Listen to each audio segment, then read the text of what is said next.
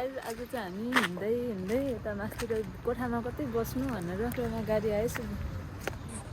अब हेरौँ के कहाँ पुगिन्छ हजुरलाई देखाउनु।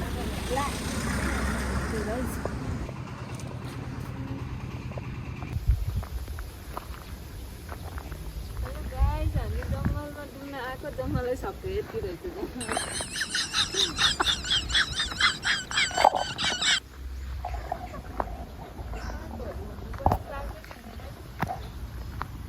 गाइज म हल्लाई एउटा के देखाउँछु नि,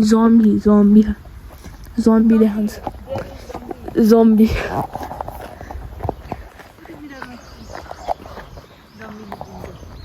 साइकल आयो, साइकल जम्बी।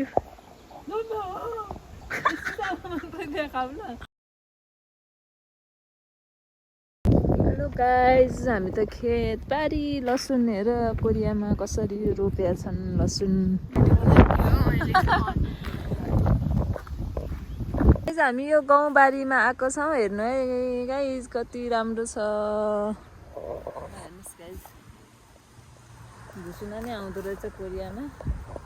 हेर्नुहोस् गाइज, ल ऊ कोरियाको यो होसाङसी हामी बस्ने सहरको वडा कार्यालय हो है गाइज। यो चाहिँ अस्ति हामी वडा कार्यालयमा गएर कागज त्यो बनाउँदाखेरि थाहा भएको।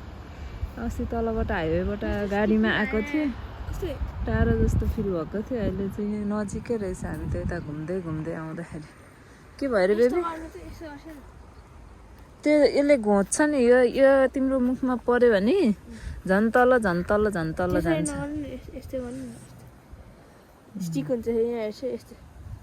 होइन कस्तो सियो जस्तो घोचिरहेको छ।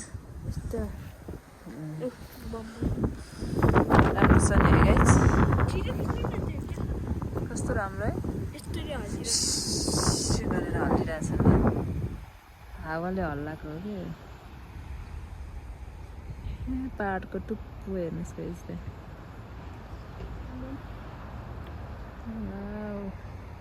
Nature vibes guys. हेर्नुहोस् है हामीले के मार्यौँ यहाँ। What is this? Guys, look at this. कत्रो ठुलो अडिङ्गल।